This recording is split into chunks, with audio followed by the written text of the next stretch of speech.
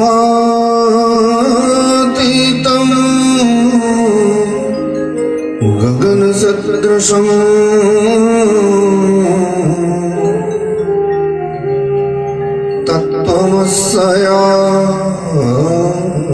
तत्त्वमस्यादिलक्ष्यम्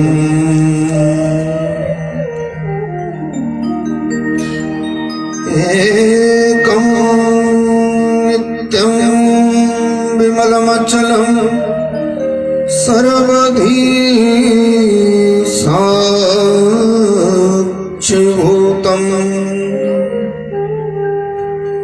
भावातीतं त्रिगुणरहितं सद्गुरुं तं नमामि।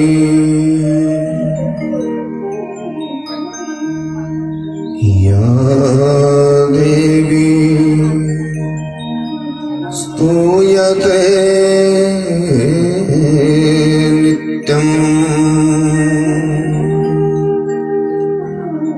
विबुधै वेदमार्गे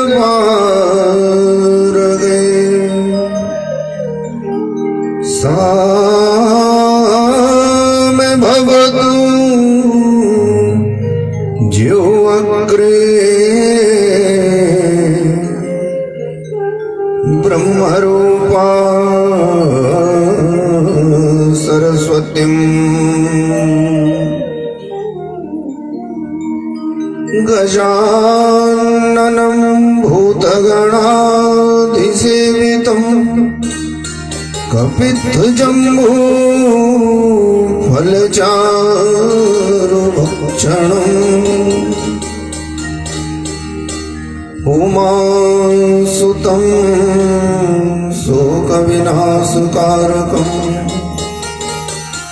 नमामि विघ्नेश्वर पादपङ्कजम्।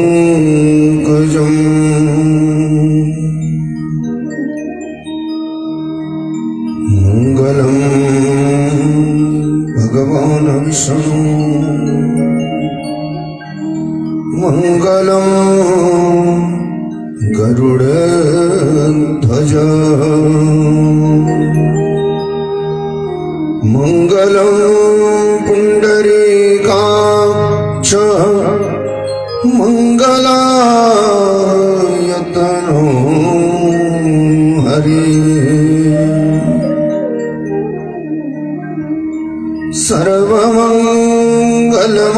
सर्वमङ्गलमाङ्गल्ये शिवे सर्वार्थसाधिके शरण्ये त्र्यम्बके गौरी नारायणी नमोस्तुते।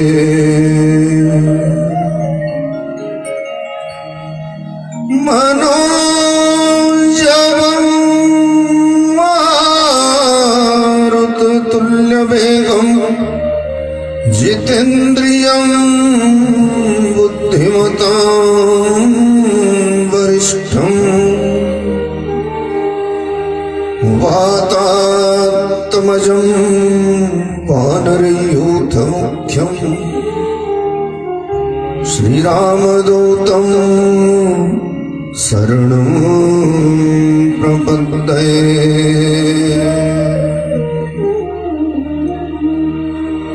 शङ्करं शङ्कराचार्यं केशवं बादरायणं सूत्रभाष्यकृतौ वन्दे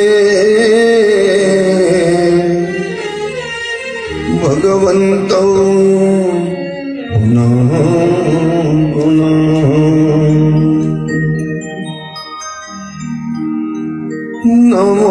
नमोस्तुते व्यास विशालबुद्धे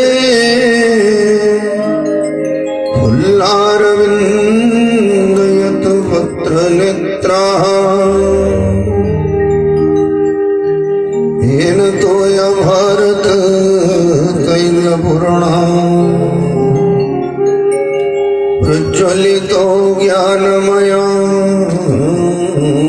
प्रदीप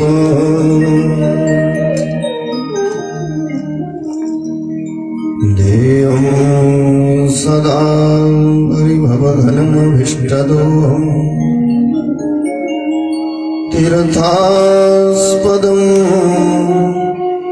शिवविरञ्चिन्युतं शरण्यम् भरित्यारत्यहं प्रणतवान् भवबधिभूतम् वन्दे महापुरुषते चरणारविन्दम्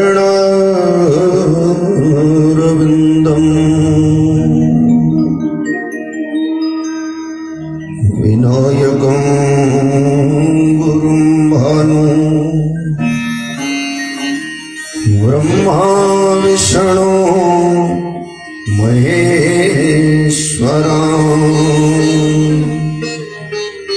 सरस्वतीं प्रणम्यादौ सर्वकार्यार्थं सिद्धये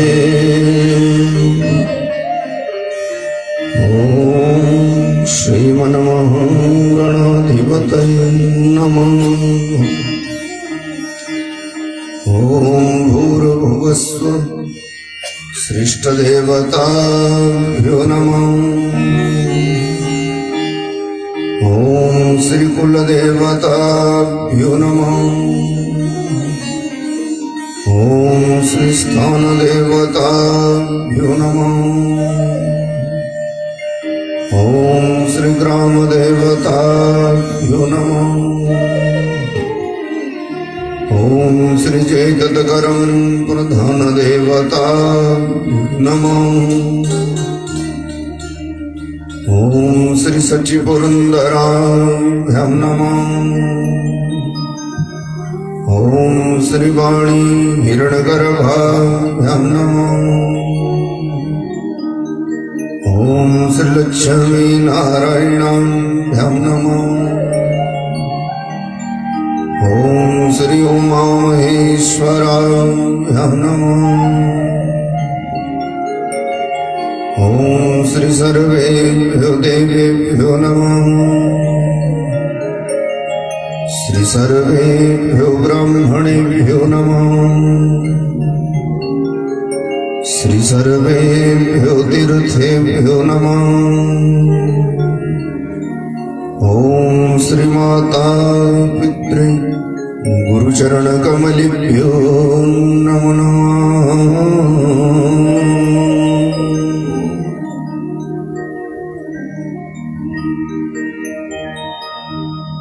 राधे राधे गोविंद गोविंद राधे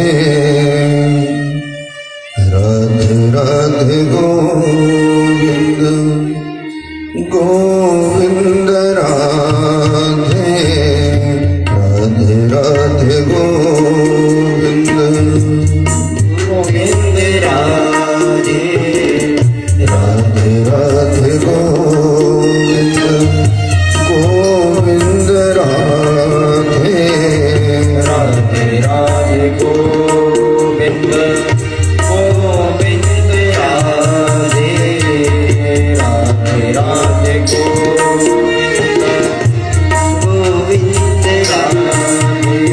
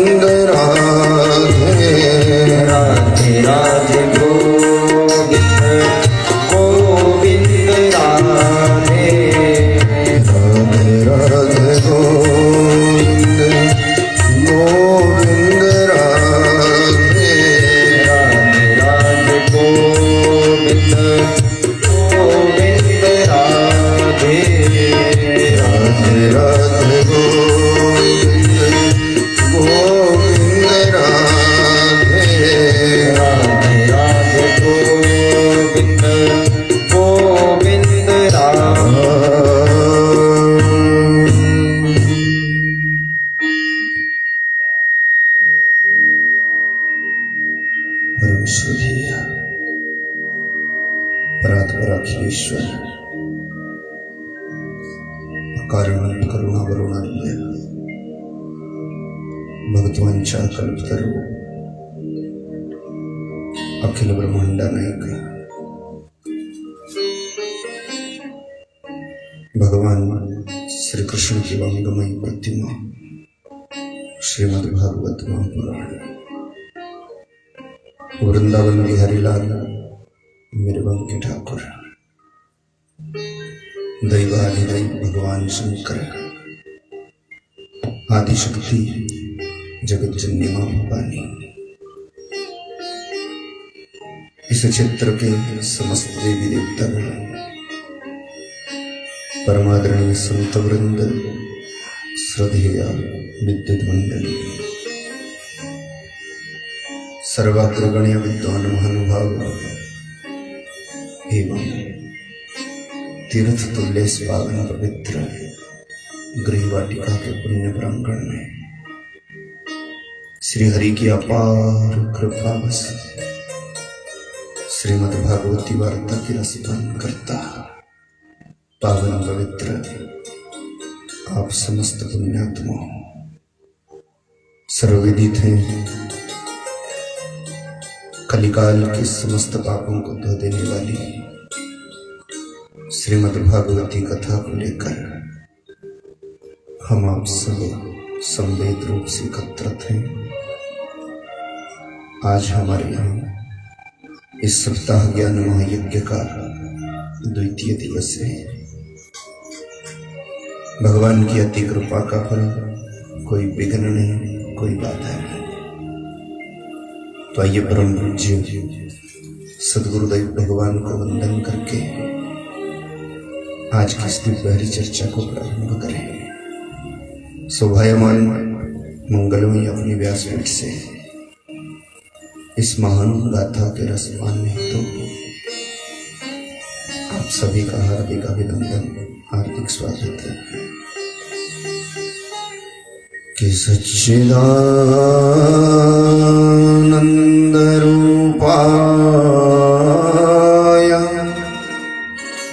विश्वोत्पत्तया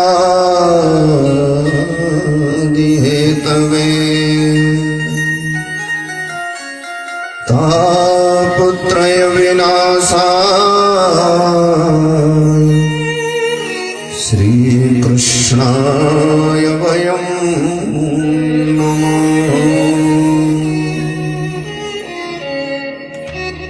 तीर्थधाम में निशारण्य पर बैठे बैठे सौनकादि 88,000 ऋषि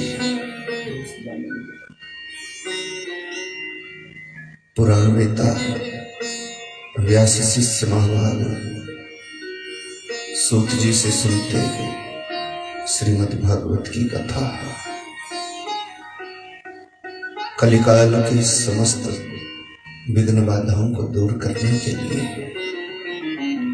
आने वाले बाल बच्चे, आने वाली पीढ़ियां भगवत सत्ता से जुड़ी है। आने वाला जमाना संस्कारी हो, कलयुग के महान कष्टों से, महान कलेशों से कैसे छुटकारा मिले,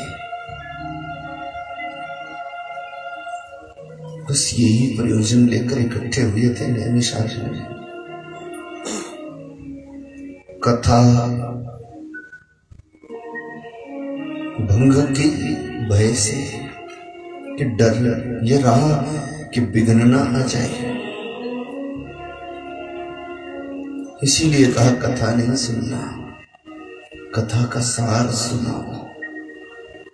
हमारे 6 प्रश्न हैं, बस इनका जवाब दे दो और कथा भी हो जाएगी, सीख भी हो जाएगी। सो 6 प्रश्न रखे थे सूत जी के आगे,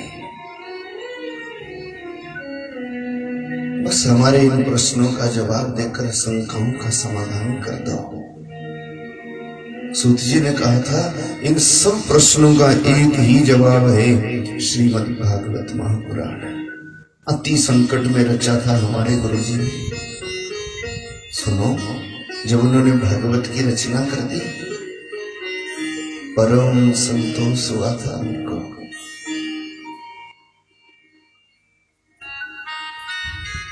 मैं आपके सब प्रश्नों का उत्तर देता, भगवान की शरण हो जाओ ना।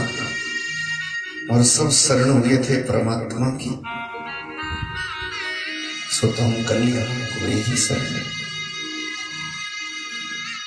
यही तक हम सुने थे, बस आगे सुनाना मैं प्रारंभ करना।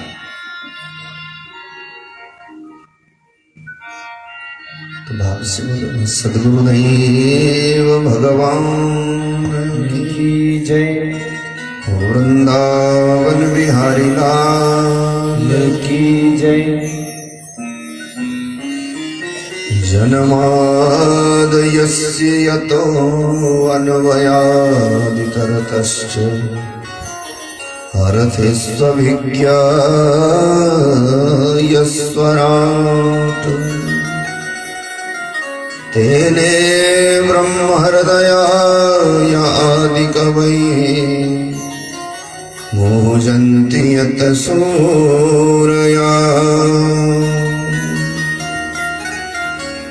तेजो वारी मृदां यथा विनिमयो यत्र त्रिसर्गो अमृषा किदामना स्वहिन सदा निरस्तकूकं सत्यं परं धीमहि। ऋषियों, जो परम सत्य है उन्हीं भगवान की शरण जाते हैं, उन्हीं का ध्यान करते वो हमारा कल्याण करते हैं। वो परम सत्य है, वो सनातन है, वो धर्म है। ऋषियों ने कहा यह हमारा पहला प्रश्न नहीं था। हमारा पहला प्रश्न तो था कलयुग में मनुष्य मात्र का परम धर्म क्या है। तो धर्म है भगवान, और दूसरे महामंत्र में उसी का जवाब देने परम धर्म है श्रीमद् भागवत की कथा। बोली भागवत भगवान की जय। ऋषियों ने कहा हमने धर्म नहीं पूछा, हमने परम धर्म पूछा। तो सूत जी ने तपाक से जवाब दिया। उनके पहले प्रश्न का ध्यान से सुनिए ऋषियों, कि धर्म प्रोंझित के तवो अत्र परम निरमत सराणां सतां वेद्यं वास्तवं वस्तु अत्र शिवदा तापत्रयो नमोलनम्।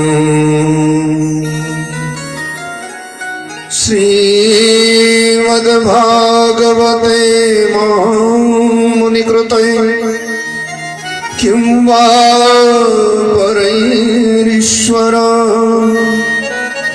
सत्यो हृदया वरुध्यते अत्र कृतभिः शुश्रूषेस्तत्क्षणात्। फूल एक ही माता जी रखो, फूल एक ही रख लो ना, सबका लग जाएगा। बाद में सबका हाथ छू के चढ़ा देना, पर ऐसी गड़बड़ी ना करो। सुनो, आपकी समझ में आ जाए और आप थोड़ा सा हिल जाओ तो मेरी पूरी कथा हिल जाती है। इसीलिए धर्म प्रोंझित के तो अत्र परम। सूत जी ने कहा ऋषियों, धर्म भगवान है तो परम धर्म भगवान की कथा है। जो धर्म का ज्ञान करा दे, भगवान का ज्ञान करा दे। शिव माने कल्याण करने वाली। और श्रीमद् भागवत तापत्रयो नमोलनम्, 3 तापों को मिटा देने वाली। 3 ही ताप होते, कौन कौन से? कि देहिक दैविक भौतिक तापा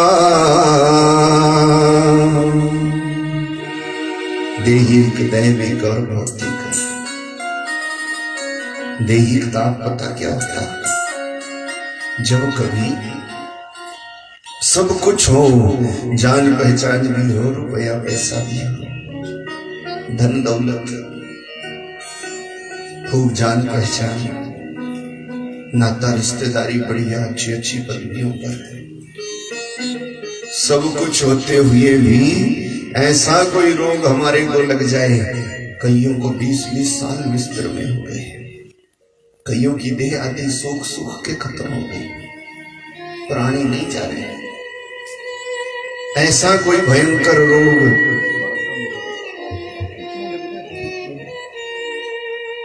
कोई रोग बीमारी सब कुछ होते हुए भी तो समझ लो ये देहिक ताप है।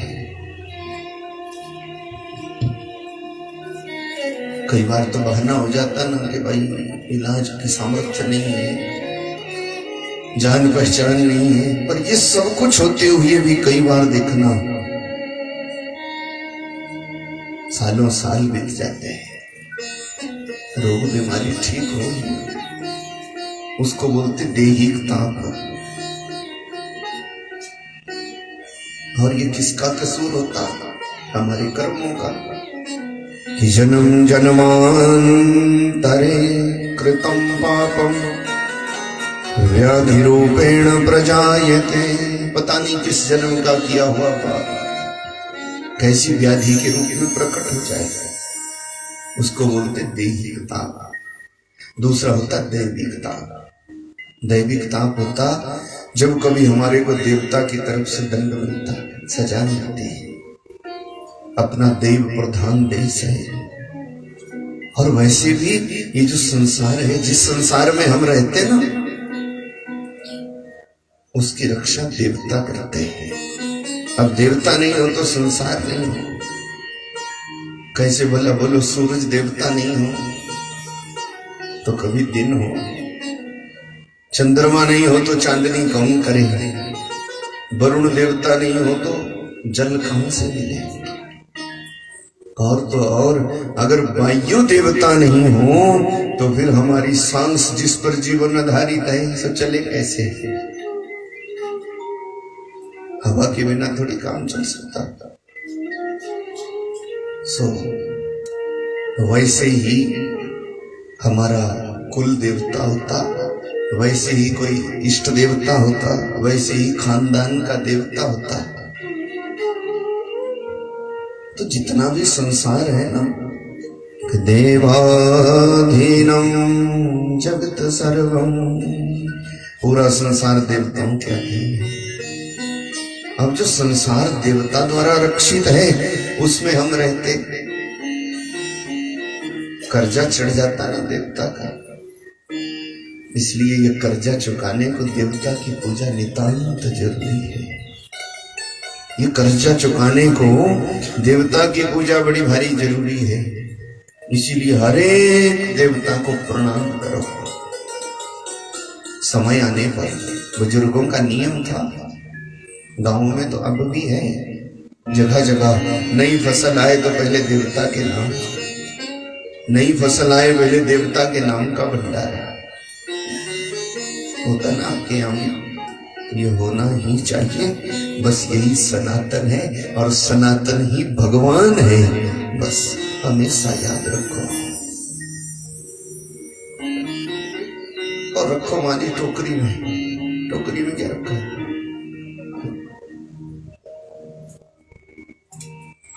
टोकरी में रखो और बैठ जाओ। माल जो भी लाते ना आप एकदम से रखा करो, माल से मोह ना करो। और माल के लिए फिर ना सोचो कि कहाँ रखना है, धीरे धीरे रखो। अब ले तो आप आए तो एकदम से रखो और बैठ जाओ कि कथा न बिगड़े। बोली वृंदावन बिहारी लाल जय। सो महाराज ऐसा मैं थोड़ा खुश मिजाज आदमी भी हूँ। खैर देवताओं का ऋण हो जाता, उस ऋण को चुकाने के लिए हमें देवता की पूजा करनी ही चाहिए।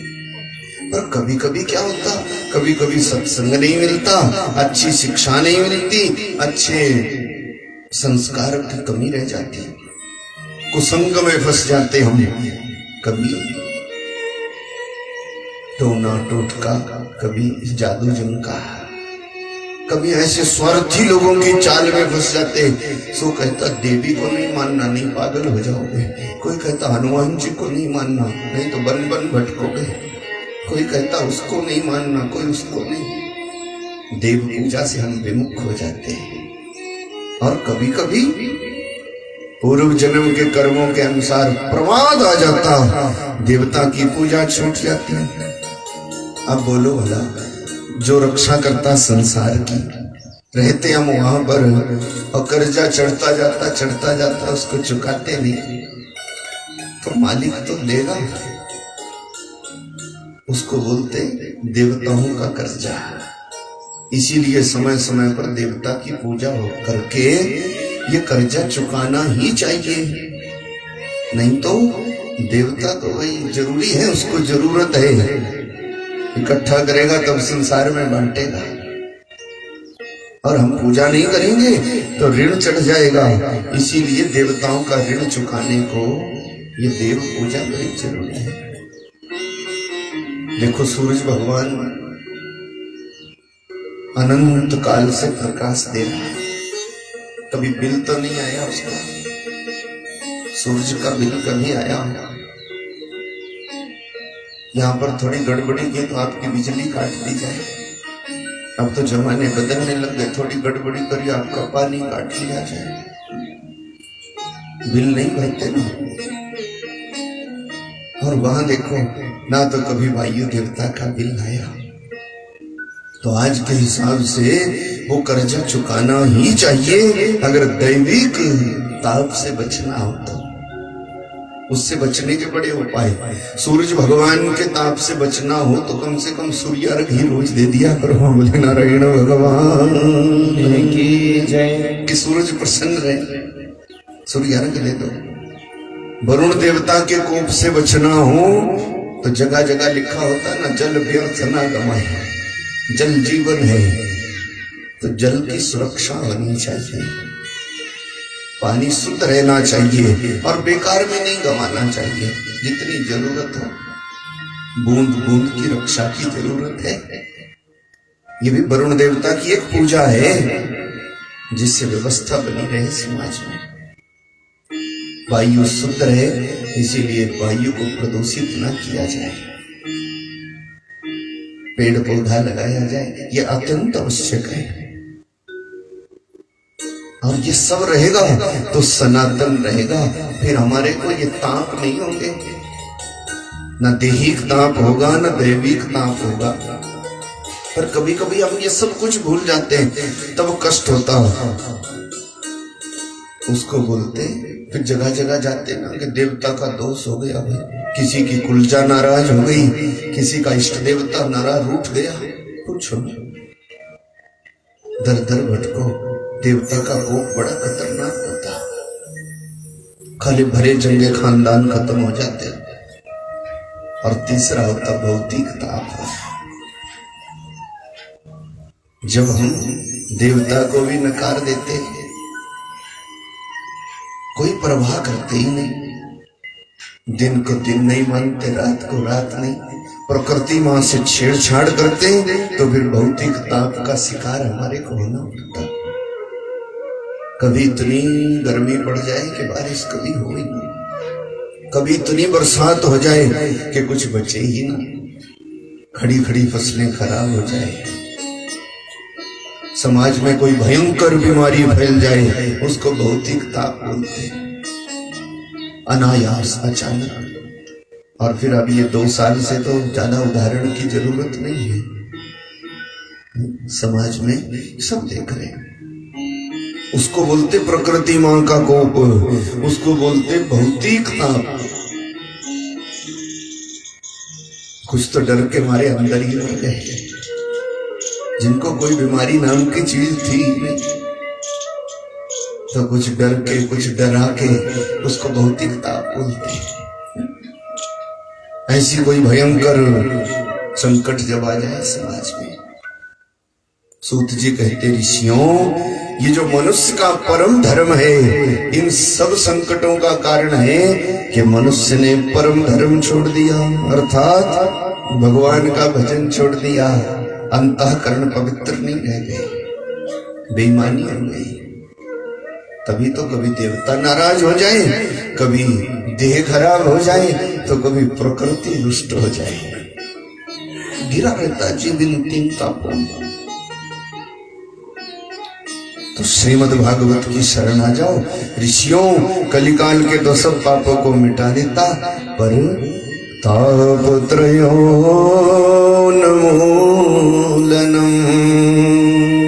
तीन तापों का विनाश कर देता। सुनो, हमारे गुरुजी भगवान वेद व्यास जी ने, उनको बड़ा भारी संकट आ गया जिंदगी में, तब गुरु कृपा से रची थी श्रीमद् भागवत। बड़े संकटों में गिर गए थे हमारे गुरु जी। श्रीमद् भागवत रची थी, सब संकट दूर हो गए उनके। ऋषियों, श्रीमद् भागवत तो साक्षात भगवान है। बस जब से मनुष्य सुनने सुनाने का विचार करता है, तब से पता ही नहीं चलता कि ये काम कब होता जाता है। सुनने वाले के हृदय में भी, सुनाने वाले के हृदय में भी भगवान आकर के बैठ जाते हैं, और कब ये कार्य होता जाता पता ही नहीं लगता। नहीं तो कहीं बेटा बेटी का ब्याह करना होगा तो 6 महीने तक तो चैन नहीं आता, पूछो। पर ये तो इतना बड़ा कार्य है, भगवान की कथा, और अभी 7 दिनों का खेल खेल में कर लेते लोग, जिन पर भगवान की कृपा हो जाती है। कि श्रीमद् भागवते महामुनिकृते किं वा परैरीश्वर। ऋषियों, हमारे गुरुजी भगवान वेद व्यास जी ने जब भागवत की रचना कर दी, तो किम परैर ईश्वर, दूसरा ईश्वर कौन हो गया, अर्थात कोई भी नहीं। हमारे गुरुजी ने कह दिया बस भागवत ही भगवान है। ऋषियों, ये तो रस है, इसको छोड़ना नहीं चाहिए, पियो इसको। कब तक पियो? बोले निगमो कल्पतरोर गलितम फलम। ये तीसरा महामंत्र बता रहा भागवत का। निगमो कल्पतरोर गलितम फलम सुखमुखादमृतम द्रव संजूतम पीवत भागवत रसमालयम् मुहुरो रसिक भुवि भावुका। ऋषियों, कलिकाल के पाप भी मिटेंगे, तुम्हारी सब शंकाओं का समाधान भी होगा। वेदों का सार है, निगम माने वेद, वेद वृक्ष का पका हुआ फल है, वो भी परिपक्व रस ही रस है, जिसमें श्रीमद् भागवत के रूप में उपस्थित है हमारे गुरु जी के द्वारा। और ऋषियों, इसको छोड़ना नहीं चाहिए। सुनो, ये जो भागवत रूपी फल है ना, इसको पियो पियो। ये गंगा जी के किनारे कुरुवंश के परीक्षित के कल्याण के लिए, कि सुख मुखादमृतम द्रव संजोतम, सुखदेव के मुख से निकला। इसको छोड़ना नहीं चाहिए, पीते जाओ पीते जाओ। बोले कब तक? आलयम, आलय माने मोक्ष पर्यंत, जब तक मुक्त ना हो जाओ तब तक भजन ना छोड़ो, ये भाव है इसका। और भजन क्या? भजन जानते हैं आप क्या होता? क्या होता भजन? हमेशा याद रखना, भजन कोई नाच गाना नहीं है। एक तो जब तार जुड़ जाए ना परमात्मा से, तो अनायास हो जाएगा, ऑटोमेटिक अनायास थिरक जाए, वो अलग बात है, फिर शुद्ध नहीं रहती अपने।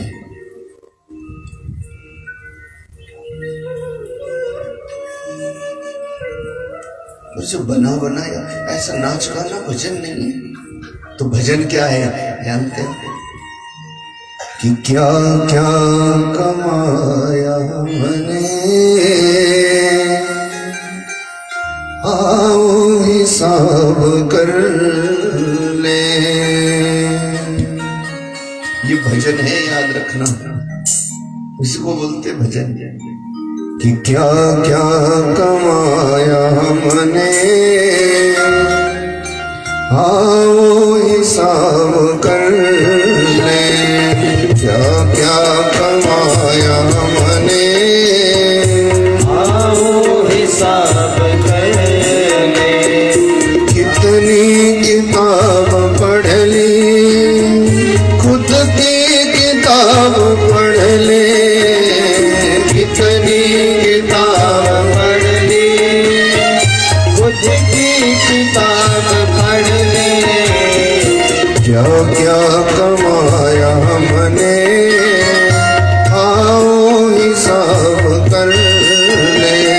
क्या क्या कमाया हमने, आओ हिसाब कर ले। क्या क्या कमाया हमने, आओ हिसाब कर ले।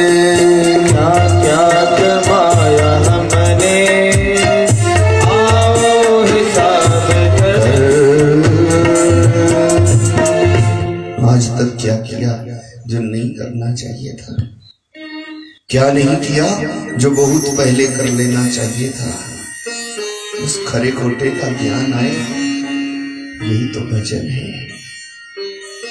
तो ये भजन चाहते ऋषियों कब तक पीना चाहिए इसको, बोले जब तक मुक्त ना हो जाओ।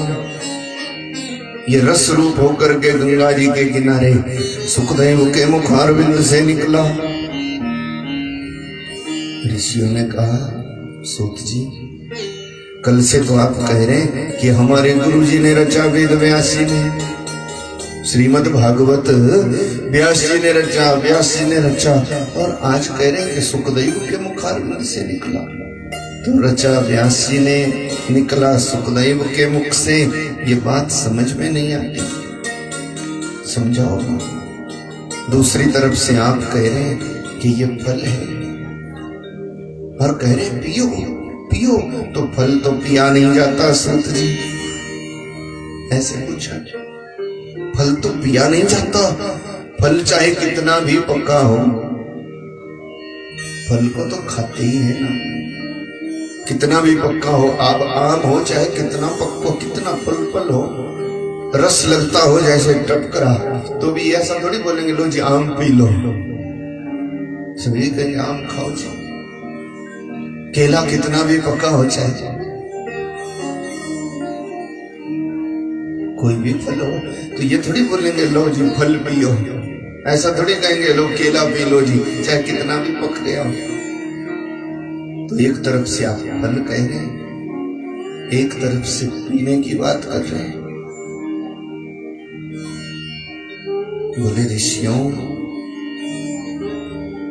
फल तो खाया ही जाता है, और उसमें या तो छिलका बच जाता, या गुठली बच जाती, या बीज बच जाता, कुछ ना कुछ बच जाता, कितना भी पका हो चाहे। पर कोई कारीगर, कोई समझदार, या तो कोई सद्गुरु उसको लेकर के जब रस के रूप में परिवर्तित कर देंगे, तो चाहे फिर आम का हो चाहे केले का, फिर आपके सामने प्याला रखेंगे, बोलो लो जी ये आम का है तो पियो पियो। ऐसे ही ये जो श्रीमद् भागवत सब शास्त्रों का सार है, हमारे गुरु जी के पुत्र, हमारे गुरु के तुल्य ही है महामुनि सुखदेव। उनका मुख लग गया, परम रसिक है वो, प्राण है उनका भागवत, उनका मुख लग गया ना इससे। सुख तोते को बोलते हैं, और हमेशा याद रखो, तोते की चोंच जिस फल में लग जाए ना, वो मीठा ही होता। जिस फल को तोता खा ले वो खट्टा कड़वा नहीं होता, मीठा ही होता। तोते की चोंच जिसमें लग जाए, अब ये तो पता नहीं तोते की चोंच लगे तो मीठा हो जाता कि जो पहले से मीठा होता तोता उसी को खाता, ये तो मालूम नहीं। पर इतना जरूर है कि तोते की चोंच जिसमें लग गई वो मीठा ही होता है। तो सुखदेव का मुख लग गया, मीठा हो गया, रस रूप। अब रस का प्याला कोई रखे था, सब शास्त्रों का, सब वेद वेदांतों का रस है ये। सुखदेव के मुखारविंद से निकला था गंगा जी के किनारे। ऋषियों, सुखदेव के मुखारविंद से तो व्यास जी ने रचा, फिर सुखदेव को कब पढ़ाया? ये सुखदेव व्यास जी के पुत्र हैं। ऋषियों ने कहा, सूत जी जब वो भगवान के अवतार हैं वेद व्यास जी, ब्रह्मचारी हैं, तो फिर उनको पुत्र प्राप्ति की क्या जरूरत पड़ी? क्या उनका भी पुत्र है? फिर वो गृहस्थी क्यों बने? सो तो नारायण का अवतार है, भजन करने को आए, उन्होंने वेद बनाए, वेदांत बनाए, पुराण बनाए, फिर उनको ये गृहस्थ धर्म, ये नाता रिश्तेदारी, वो तो विरक्त है। ये सब उन्होंने क्यों किया? और भागवत कब रची, कैसे रची, क्या संकट आया आपके गुरु जी को? और सुनाओ कि सुखदेव ने कब उनसे पढ़ी और कब गंगा जी के किनारे परीक्षित को सुनाई। बोलो, इतना बड़ा प्रश्न कर लिया और कल कह रहे विस्तार मत करना। तो सूत जी बड़े भारी प्रसन्न होंगे कि वंदना अपने सदगुरुदेव भगवान वेद व्यास जी को और सुनाना प्रारंभ कर दिए कि व्यासाय विष्णु रूपाय, व्यास रूपाय विष्णवे नमो वै ब्रह्मनिधे वासिष्ठाय नमो नमः। ऋषियों, ये जो सुखदेव है हमारे गुरु के पुत्र हैं, पर विरक्त है, ज्ञानी महात्मा परमहंस हमारे गुरु के ही तुल्य है। याद करा दिया आपने, तो पहले मैं सुखदेव को वंदना कर लूं, फिर सुनाऊं तुम्हें भागवत की रचना की कथा, अपने गुरु जी का चरित्र, क्यों उनको पुत्र हुआ, क्यों सब उन्होंने रचा। तो सुखदेव को वंदना की आप भी भाव से कि यं प्रव्रजन्तं मनुपेतमपेत कृत्यं द्वयपायनो विरह कातर आजुहाव कि पुत्रेति तन्मयतया अभिनेदुस्तं तरो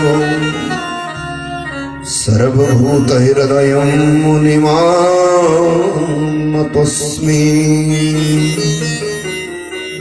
वो सुखदेव जो परम ज्ञानी है, निराकार के उपासक थे, पर श्रीमद् भागवत की स्पर्श से ना उन्होंने निराकार की उपासना ही छोड़ दी, साकार के उपासक हो गए, कृष्ण उपासक बन गए।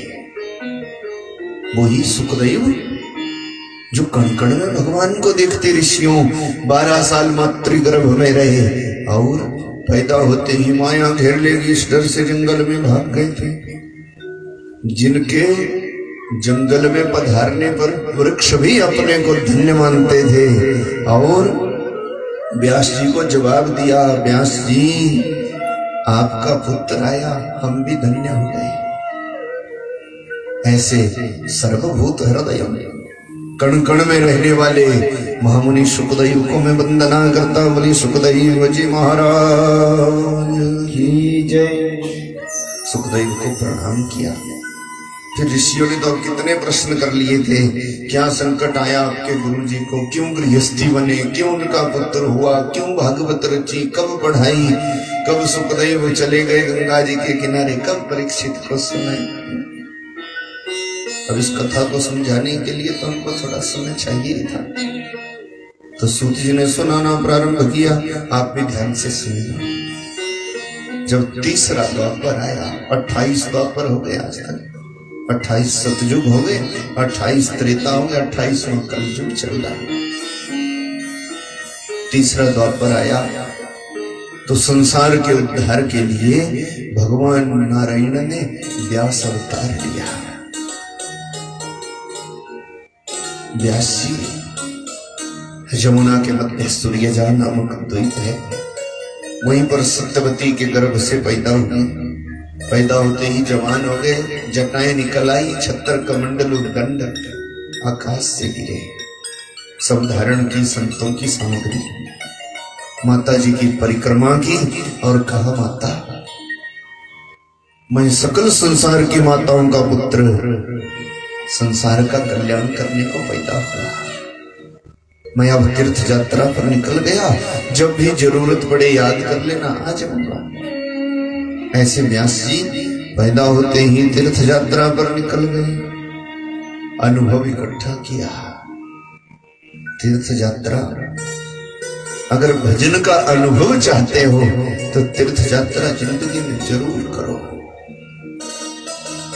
और तीर्थ यात्रा जब तक होशो हवास है ना तब तक कर लो, नहीं तो लोग कहते हैं बुढ़ापा आएगा तब तीर्थ यात्रा करेंगे।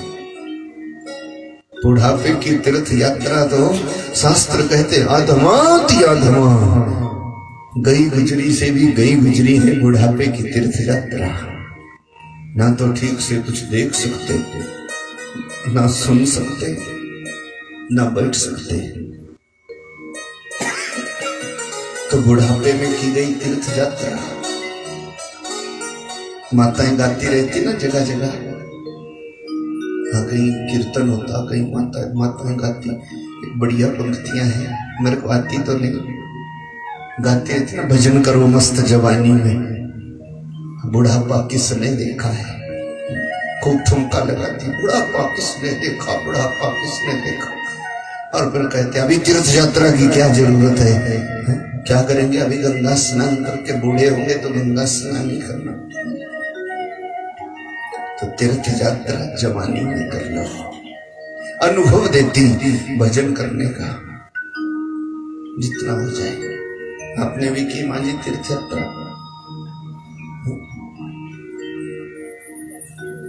आपको इसीलिए तो बढ़िया सीट दी है। और कहानी नहीं करना आपस में, कहानी करोगी दोनों माताएं तो फिर हम जिम्मेदार नहीं है। नहीं, ऊपर बैठो और ऊपर चाहो तो ऊपरली मंजिल में, पर कथा सुनो प्रेम से। कहानी नहीं करना एक दूसरे को, क्योंकि पीछे की माता जी आपको बार बार कर रही, इधर हो गया उधर सो गया, ऐसे नहीं करना।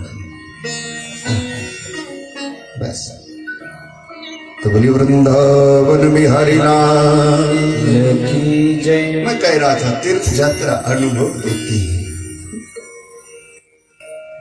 अब ये बातचीत ना मैं आपसे इधर ही कर लेता, फिर मेरे को याद नहीं रहती। हाँ सच्ची मेरे को अभी 2-4 कथा पहले की बात है, एक माता जी सामने को आ गई, बोले आप मेरे को बोले कुछ बोले, मेरे को याद ही नहीं रहा क्या बोले। तो मैं एक बराबर करके सबको बोल देता कि व्यवस्था भी बनी रहे, आप भी थोड़ा खुश रहे।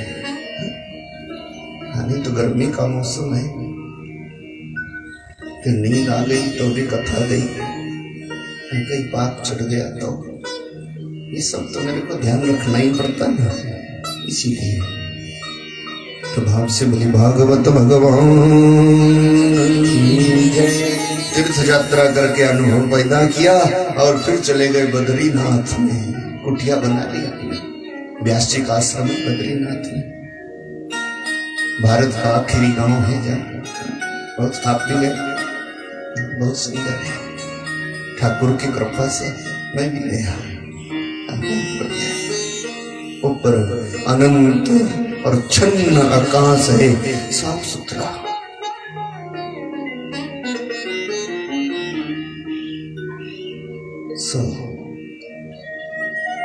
वहीं पर व्यास जी ने सब शास्त्रों को ग्रंथ रूप दिया। व्यास जी से पहले ना शास्त्र ये ग्रंथ के रूप में उपलब्ध नहीं थे। तो क्या था उससे पहले? श्रुत ज्ञान की परंपरा थी, बस गुरु से सुनकर के लोग स्मरण में रखते। और व्यास जी ने सोचा कि आगे जमाने बदलते जाएंगे, धीरे धीरे धीरे धीरे जो युग बदलेंगे तो कौन याद रखेगा? श्रुत ज्ञान से कौन सत्संग करेगा? क्या पता याद रहे कि ना रहे। तो जब अपने में कुछ हुनर हो ना जमाने में, तो ऐसा काम करना चाहिए कि हमारे जाने के बाद भी कोई याद रखे। यही है मनुष्य जन्म का लाभ। ये कथा केवल व्यास जी की नहीं, हमारी सबकी कथा है कि मनुष्य जन्म मिला है, भगवान ने आपको सामर्थ्य दी है, खाया पिया मौज मस्ती करी। 4 दिन की जिंदगी है यार, आगा किसने देखा? ये तो पशु भी कर लेगा। पर मनुष्य जन्म मिला है तो ऐसा कुछ करके जाओ कि जाने के बाद भी लोग याद रखें, नहीं तो फिर किस काम का जन्म? कुछ लोग होते ना, उनके पास थोड़ी पदवी होती, थोड़ा धन दौलत होता, अपने को ऐसा शहंशाह मानते कि आस पड़ोस उनकी वजह से घुट घुट के जीता सारी उम्र। उस पर भी मुकदमा, उस पर भी झगड़ा, उस पर भी बेईमानी, कुछ नहीं। और फिर क्या कमा लिया जिंदगी में? यहां तो सब घुट घुट के जिए। जब वो मरते ना तो लोग कहते बहुत बढ़िया हुआ बीमारी चली गई, बहुत अच्छा हुआ बीमारी गई। तो ऐसा जीवन किस काम का? कि वो काम किया करो कि दुनिया तुम्हें याद किया करे, ऐसी राह चला करो, नेकी की दुआ मिला करे। जाने के बाद भी लोग कहें आदमी बहुत बढ़िया था।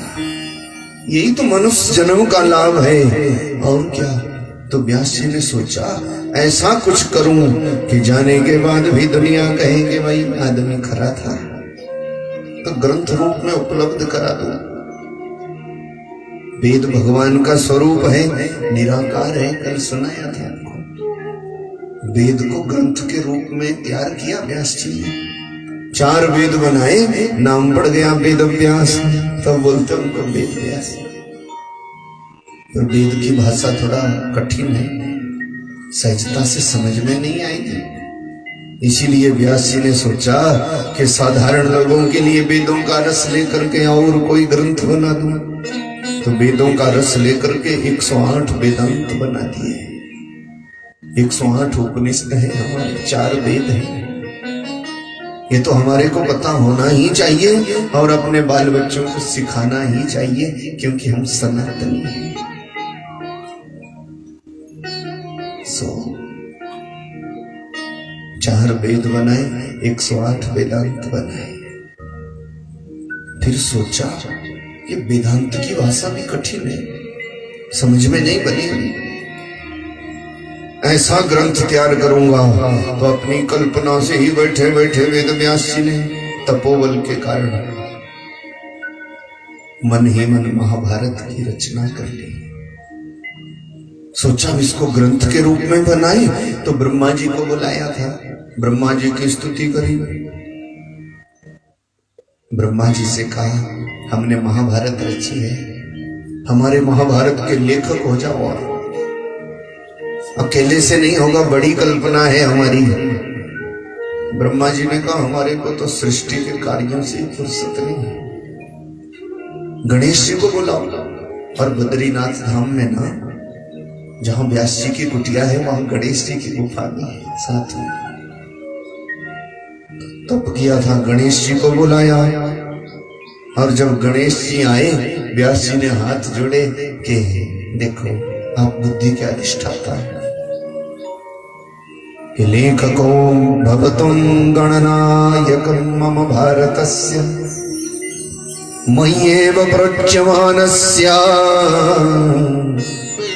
मनसा कल्पितस्य च। मैंने मन ही मन जिसकी रचना की है, मन की कल्पना है मेरी महाभारत, उसके लेखक हो जाओ, मैं बोलता जाऊं, आप बनाओ, ग्रंथ बनेगा। आप बुद्धि का अधिष्ठाता है। गणेश जी को आ गया घमंड। गणेश जी ने सोचा मेरे बिना नहीं हो सकता।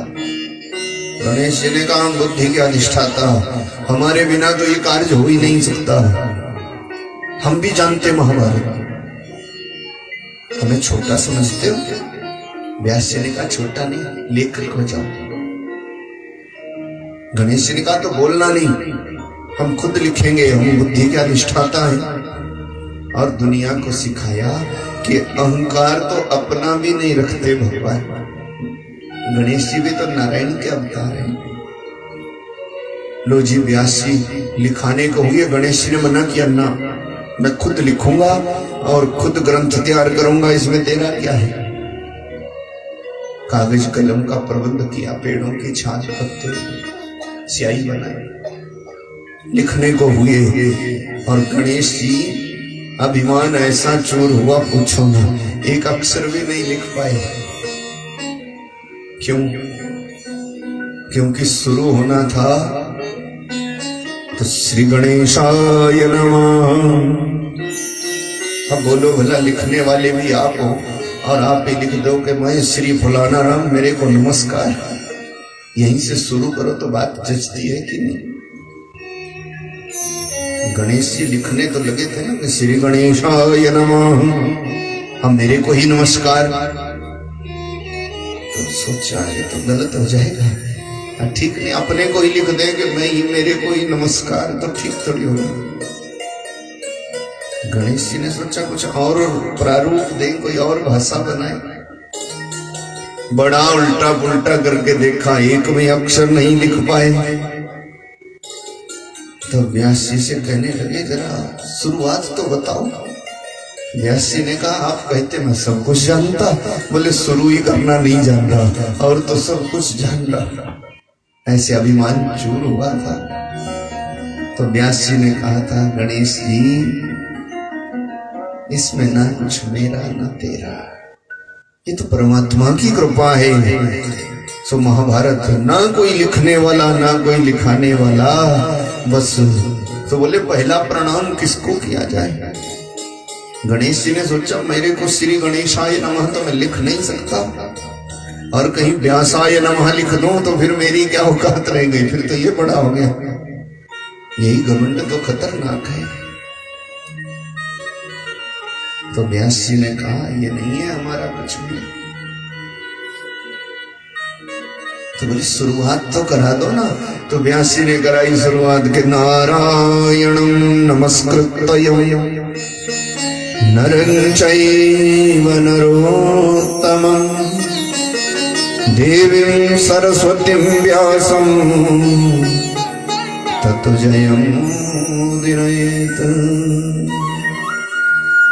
पहला नमस्कार तो नारायण को है जिनकी कृपा से सब होता। अभिमान चूर हो गया था। मिलजुल करके गणेश जी ने और भगवान वेद व्यास जी ने बड़ा भारी ग्रंथ बना दिया, महाकाव्य महाभारत बनाया। 60 लाख मंत्र है जिसके, एक दो नहीं, ध्यान से सुनना। 60 लाख मंत्र हैं। ऐसा बनाया जिसमें ऐसी कोई शंका नहीं जिसका समाधान नहीं। देवताओं को भी बड़ी भारी खुशी हुई। देवी देवता आ गए थे व्यास जी की कुटिया पर, बोले हमारा कल्याण भी होगा, कुछ तो हमें भी दे दो। 30 लाख मंत्र ले गए थे देवी देवता। गंधर्व गणों को पता लगा हम भी अपना उद्धार करेंगे, सो भी आए। 14 लाख मंत्र ले गए व्यास जी से। पितृ देवता आए कि हमारा उद्धार हो जाए, 15 लाख मंत्र ले गए पितृ देवता। अब बोलो कितना बच गया? 60 लाख तो थे, 30 लाख देवी देवता ले गए, 14 लाख गंधर्व गण ले गए, 15 लाख पितृ देवता। अब 1 लाख बच गए। व्यास जी ने सोचा है तो सारा ही ले गए, चलो दुनिया के कल्याण के लिए तो 1 लाख भी बड़ा भारी है, जरा पढ़ लूं एक बार फिर सौंप दूंगा जमाने को। पर जब पढ़ने लगे तो राम राम, दुखी हो गए व्यास जी। क्यों भला? क्योंकि जो सार था वो देवी देवता ले गए, तत्व था वो गंधर्व गण ले गए, पार होने की कला थी सो पितृ देवता ले गए। रह क्या गया? किसी का घमंड, किसी की बेईमानी, किसी का छल कपट, किसी का मोह, और अंत में भाई भाई का झगड़ा और सर्वनाश। कुछ भी बचा नहीं, महाभारत का अंत होता सर्वनाश। वेद व्यास जी ने सोचा कौन अच्छी शिक्षा लेगा इससे, क्यों किया हमने ये काम, लोग अच्छी शिक्षा लेंगे कि नहीं, इसीलिए महाभारत को अनुष्ठान के रूप में लुप्त प्राय कर दिया। किसी विशेष प्रयोजन हेतु ही महाभारत का अनुष्ठान होने लगा। सोचा इससे अच्छी शिक्षा जमाना नहीं लेगा, अब क्या करूं। चिंता में पड़ गए थे व्यास जी, महाभारत को रखा किनारे और भाई वेद वेदांत महाभारत और अपने बुद्धि का बल, इन सब को लेकर के पुराणों की रचना करना प्रारंभ किया। इसीलिए कि आने वाला जमाना हमारे को खरा गए कि कुछ अच्छा काम किया, फिर हम समाधि कर लेंगे, भजन करेंगे, फिर और पुराण बनाने लगे। पहले ब्रह्म पुराण बनाया 9000 मंत्रों का, पद्म पुराण बनाया 55,000 मंत्रों का, 12 पुराण बनाया 13,000 मंत्रों का, लिंग पुराण बनाया 11,000 मंत्रों का, श्री शिव महापुराण बनाया 24,000 मंत्रों का। ऐसे चलते चलते कूर्म पुराण, मत्स्य पुराण, ब्रह्म वैवर्त पुराण, 17 पुराण बना लिए। जब बड़े भारी ग्रंथ हो गए ना, ढेर लग गया, तो व्यास जी ने सोचा अब तो दुनिया का कल्याण के लिए काफी हो गए, अब जरा एक बार पढ़ लेता और फिर जमाने को सौंप के समाधि करूंगा, भगवान का भजन ध्यान लगाऊंगा। पर लीला देखो भगवान की। सूत जी ने कहा ऋषियों जब पढ़ने लगे इन पुराणों को व्यास जी, तो लिखते लिखते कुछ ध्यान ही नहीं रहा, एक ही बात जगह जगह लिख गए। क्या लिख गए कि अपुत्रस्य गृहं शून्यं परलोके गति न भवेत्। पुत्र के बिना घर होता सोना, परलोक में गति नहीं होती। एक बार पढ़ा, 5-7 पन्ने फिर पलटे, जब पढ़ रहे थे ना तो फिर से लिखा था पुत्र के बिना घर सोना, परलोक में गति नहीं, लिखा तो अपने आप ही था। ओहो, इन पुराणों में हजारों बार लिख दिया था पुत्र के बिना घर सोना, परलोक में गति नहीं। और व्यास जी को संकट आ गया। कहा था ना सूत जी ने, हमारे गुरु जी को संकट आया, तब रची भागवत। बोले क्या संकट आ गया, उसी का जवाब देने। ये संकट आया कि पुराणों में जगह जगह लिख दिया पुत्र के बिना घर सोना, परलोक में गति नहीं। व्यास जी तो चकरा गए। किस लिए? व्यास जी ने सोचा जमाने बदलेंगे, कलयुग आएगा और कलयुग के लोगों की बुद्धि बहुत बहुत संकीर्ण, खतरनाक बुद्धि होती कलयुग में लोगों की। जो कुछ भी नहीं जानता ना, वो भी बड़े अच्छे तरीके से जानता कि दूसरे को पीड़ा कैसे दी जाए। जो एक अक्षर भी नहीं पढ़ा लिखा, उसको भी इतना हुनर आता कलयुग में, दूसरों को पीड़ा देने का बड़ा तंत्र समझता। पूछो किसी के दोष पाताल से भी लोग ढूंढ करके ले आते हैं। गुण चाहे सामने हो, कोई ग्रहण नहीं करता। गुणग्राही लोग नहीं होते, दोषग्राही होते। दूसरे का दोष ले ले करके जमाना पापाचार करता जाता है, खरी बात दिखती नहीं। तप सत दया व्रत दान सब पता नहीं कहां चला जाता। अपना अपना कर्म छोड़ देते सब लोग। व्यास जी तो चकरा गए, कलयुग आएगा तो मेरे ग्रंथों को लोग फेंक देंगे हर कहीं। क्यों? क्योंकि लोग कहेंगे उनकी बुद्धि तो दोष ढूंढने में माहिर होगी। तो लोग कहेंगे ये व्यास जी ने क्या ढकमसलाबाजी तैयार कर दी, कितने ग्रंथ लिख लिए और हजारों बार लिख दिया पुत्र पैदा करो तभी कल्याण होगा, पुत्र पैदा करो तभी गति होगी। और देखो मूर्ख बुढ़े को अपना ब्याह भी नहीं किया। बोले नारायण भगवान की जय। बस यही सोच सोच के चकरा रहे थे हमारे गुरु जी। सूत जी सुना रहे, अपना तो ब्याह भी नहीं किया, औरों को शिक्षा दे गया पुत्र पैदा करो, तो अपने आप आज तक लटका ही होगा, उसकी गति नहीं हुई होगी। जो अपने आप किया ही नहीं, औरों को कैसे शिक्षा दे गया। बोले इन ग्रंथों को कोई नहीं मानेगा। खुद सोच रहे हैं व्यास जी, लोग उल्टा पुल्टा बोलेंगे, अब क्या करूंगा, अब दोबारा लिखने लगूं तो सामर्थ्य नहीं, समय चला गया, भजन कब करूंगा, यूं ही रहने दूं तो फिर डर है कि आने वाला जमाना बुरा भला कहेगा, काट करके लिखूं तो पोल खुल जाएगी, तो अब क्या करूं। तो इसीलिए बुद्धिमान व्यास जी ने सोचा दोबारा भी ना लिखना पड़े, काटना भी ना पड़े, और जमाना बाद में बुरा भला भी ना बोले, इसीलिए सब काम रह जाए तो अपना ब्याह ही कर लो। बोली भागवत भगवान की जय। हमारे भी पुत्र हो जाएगा तो फिर कोई कहेगा नहीं कि दूसरे को ही कह दिया पुत्र के बिना गति नहीं। ऐसा विचार करके हमारे गुरुजी गृहस्थी होने का फैसला लिया। सब बातों का जवाब दे रहे सूत जी। क्या संकट आया? बोले संकट आया कि लिख दिया था बार बार। गृहस्थी क्यों हो गए? बोले तभी फैसला किया कि अपना भी पुत्र हो जाएगा, शास्त्र की प्रतिष्ठा रहेगी, आने वाला जमाना बुरा भला भी नहीं बोलेगा। जाबाली मुनि की कन्या है बट्टिका, बट्टिका से ब्याह कर लिया, गृहस्थी हो गए गुरुजी। भगवान वेद व्यास सूत जी कहते ऋषियों गृहस्थी तो हुई है इसलिए कि एक पुत्र हो जाए, शास्त्र की प्रतिष्ठा रह जाए, पर भगवान की माया का अंत कौन पाए। 12 साल हो गए थे व्यास जी के ब्याह को, संतान ही नहीं हुई इनके घर में।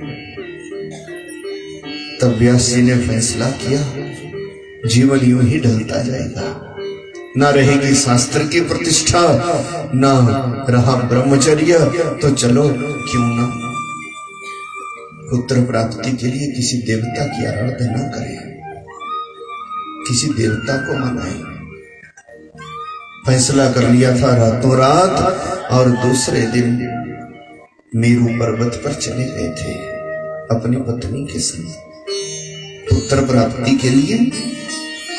शंकर भगवान की आराधना की थी। बोले शंकर भगवान की जय। हमेशा याद रखना,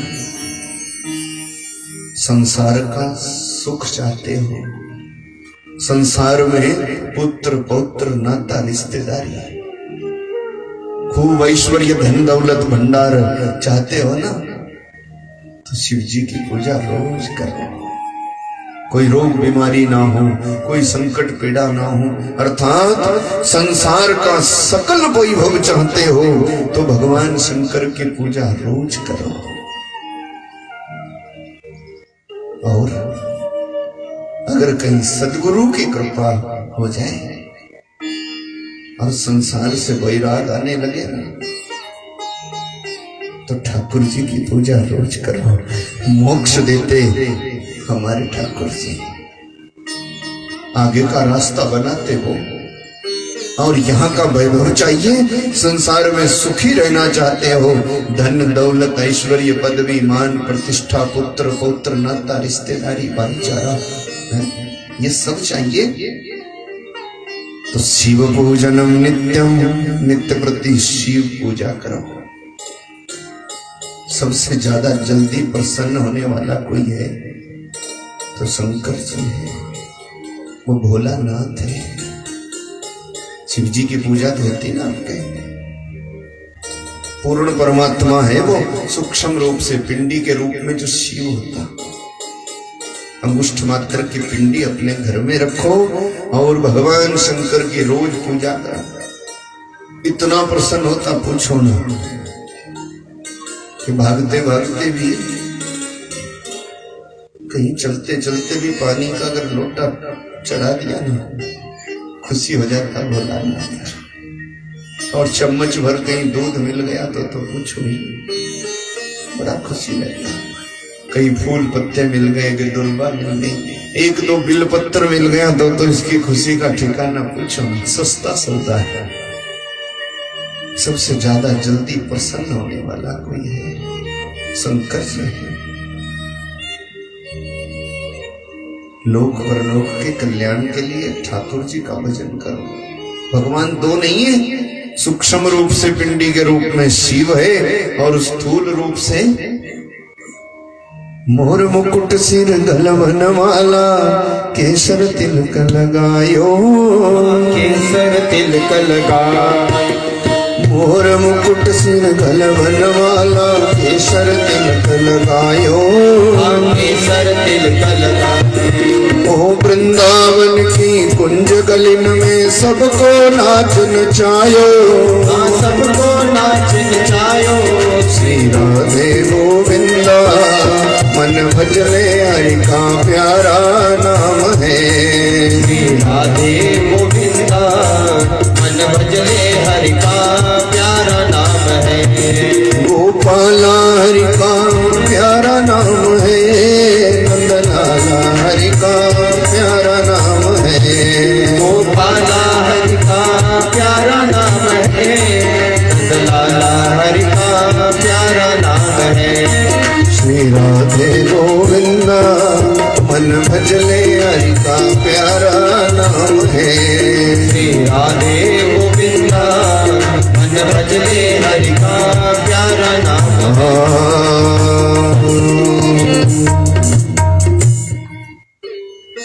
तो स्थूल रूप से परमात्मा है श्री कृष्ण, सूक्ष्म रूप से पिंडी के रूप में शिव। और हर एक गृहस्थी का नियम होना चाहिए, रोज शिव पूजा होनी ही चाहिए। इससे समृद्धि है गृहस्थी। सो महाराज फैसला किया मेरु पर्वत पर चलेंगे। 12 वर्षों तक शंकर जी की आराधना की थी,